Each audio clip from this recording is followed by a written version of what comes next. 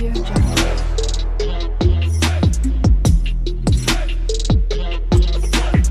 Audio Jungle. Hi friends, welcome to Eliza's study point.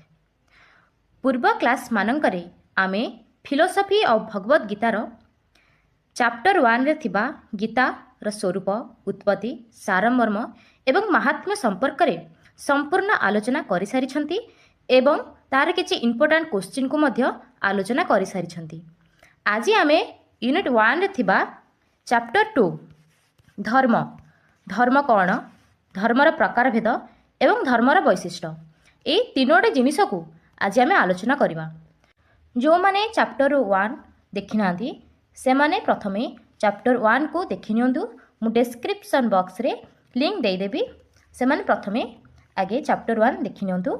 तो चलंतु आरंभ करवा चैप्टर 2 धर्म कौन।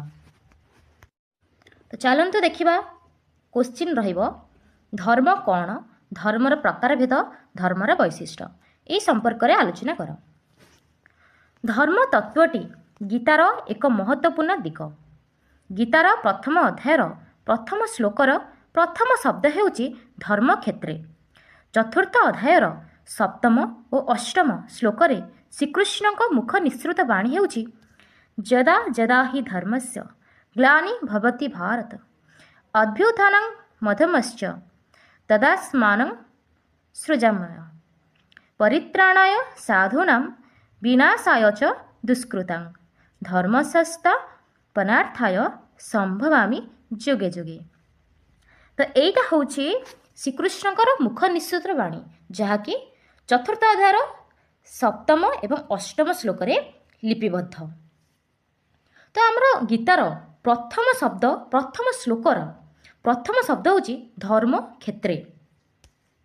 यार अर्थ, तो ये श्लोकर अर्थ कौन ना, यार अर्थ होची हे अर्जुन, जो जो समय धर्मर हानि हुए और अधर्मर वृद्धि हुए सही समय मु निजको साकार रूप में प्रकट करे साधुजन मानकु रक्षा करिबा, पापचारी मानकु विनाश करिबा एवं उत्तम रूपे धर्म संस्थापन करने निमंते मु जुगे जुगे प्रकट हेउथाए।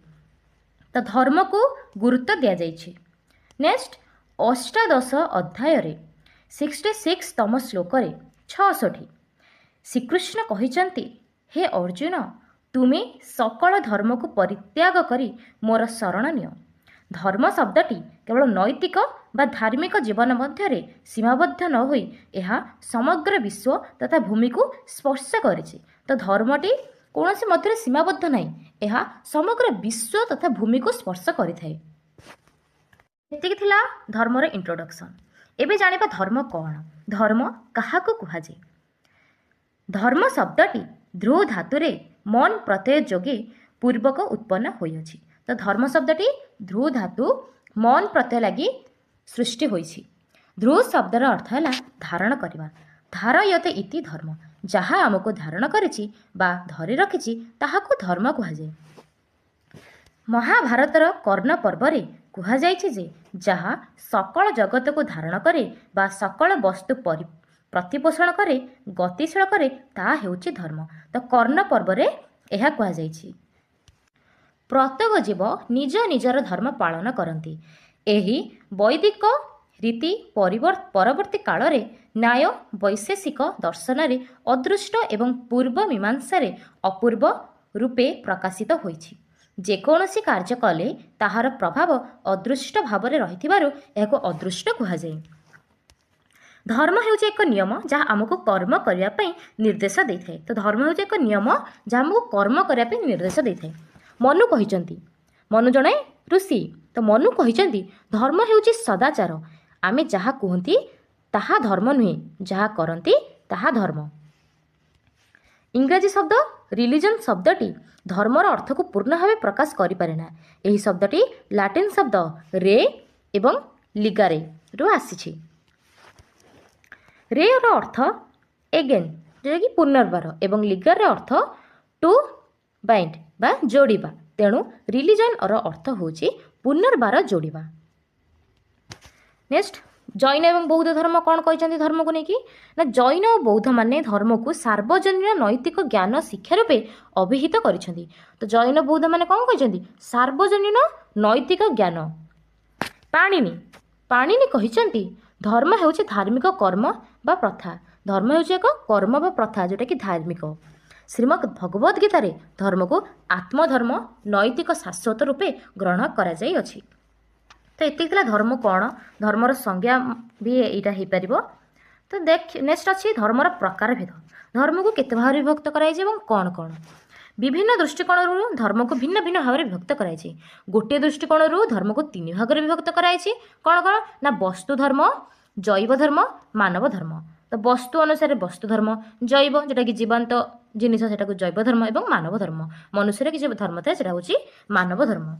एवं अन्य एक दृष्टिकोण होची सेटा भी मध्य 3 भाग विभक्त कराई कौन कौन ना साधारण धर्म, वर्ण धर्म, वर्णाश्रम धर्म। तो ये 3टी इंपोर्टाट अच्छी। तो यहाँ को आम आलोचना करवा।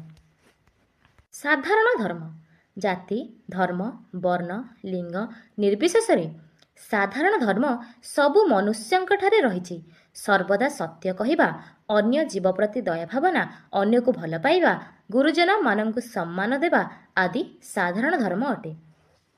तो साधारण धर्म कौन ना गुरुजन मानक सम्मान देवा, सत्य कहवा, अन्य जीव प्रति दया भावना, एगुड़ी हूँ साधारण धर्म। नेक्स्ट वर्ण धर्म। वर्ण साधारणतः 4 प्रकार अटे। ब्राह्मण, क्षत्रिय, वैश्य और शूद्र। वर्णाश्रम वर्णाश्रम धर्म जीवनर विभिन्न स्तर अनुसार पालन करा जाए। यहाकू 4टी स्तर रे विभक्त कराई। तो वर्णाश्रम धर्म को केते भाग विभक्त कराई 4टी स्तर रे। ब्रह्मचर्य, ग्राहस्य, वानप्रस्थ, सन्यास। तो एगुड़ आम बहुत भल भाव एक्सप्लेन रे आलोचना करवा विगत क्लास रे। तो वर्णाश्रम गोटे चैप्टर रही। नेक्स्ट धर्मर वैशिष्ट्य और उपादान। तो ये तार प्रकार भेद। यार उपादान वैशिष्ट्य संपर्क भी जानिबा। धर्म अनेक पथ मध्य अनेक उपास्य देवता मध्य अनेक नाम और रूप मध्य अनेक किंतु सत्य एक। तो सबकिछि अनेक जमितिक धर्म अनेक, पथ अनेक, उपास्य देवता अनेक, नाम रूप मध्य अनेक किंतु सत्य एक। सबुबले सत्य एक होइथाय। सकल धर्मर सार तत्व मध्य समान। प्रत्येक धर्मर निजस्व वैशिष्ट्य रही। प्रत्येक धर्मर उपादान बा वैशिष्ट्य मान निम्न आलोचना करा जाई अछि। प्रथम अच्छी मोट 7टी तार वैशिष्ट्य अच्छी। तो प्रथम है अति भौतिक सत्ता उपरे विश्वास। मनुष्य मध्य आत्मा विद्यमान थिबारु से एक अति भौतिक सत्ता बा शक्ति उपरे विश्वास स्थापन करने स्वाभाविक। तो अति भौतिक सत्ता उपरे विश्वास करता मनुष्य। पवित्र और अपवित्र वस्तु मध्य पार्थक्य निम्न। प्रत्येक धर्म में केते गुड़े पवित्र उपादान रही। गोटे वस्तु पवित्र कि अपवित्र ताहा हेउछि एक स्वतंत्र दृष्टिभंगी जहाँ मनुष्य भावावेगर सूचित करे। जहाँ गोटे धर्म में पवित्र ताहा अन्य धर्म में अपवित्र होइथाय। नेक्स्ट धार्मिक क्रियानुष्ठान। प्रत्येक धर्म में धार्मिक क्रियानुष्ठान होइछि एक सक्रिय दिग। उपासना हेउछि प्रत्येक धर्मर मौलिक उपादान। नेक्स्ट नैतिक नियम। प्रत्येक धर्म में नीति नियम श्रृंखला रही। नैतिकता आमको समाज रे एक श्रृंखलित जीवन बंचिबारे साहाय्य करे। परम सत्ता बा ईश्वर प्रति विश्वास अतुट रखिबा तथा आत्मशुद्धि बाई नैतिक श्रृंखलार आवश्यकता रही। यह द्वारा व्यक्ति मध्य धार्मिक चेतनार विकास हुए विकास हुए एवं ईश्वर प्रति श्रद्धा और आनुगत्य वृद्धि करे। तो नैतिक नियम निहाती भाव आवश्यक। निर्दिष्ट नीति नियम भाव में आम श्रृंखलित जीवन बिताई था। जदि कौन भाव में नियम नथिबो तबे आम जीवन केबे भी श्रृंखलित हो पारिबो नाही। नेक्स्ट स्वतंत्र धर्मशास्त्र और धर्मगुरु।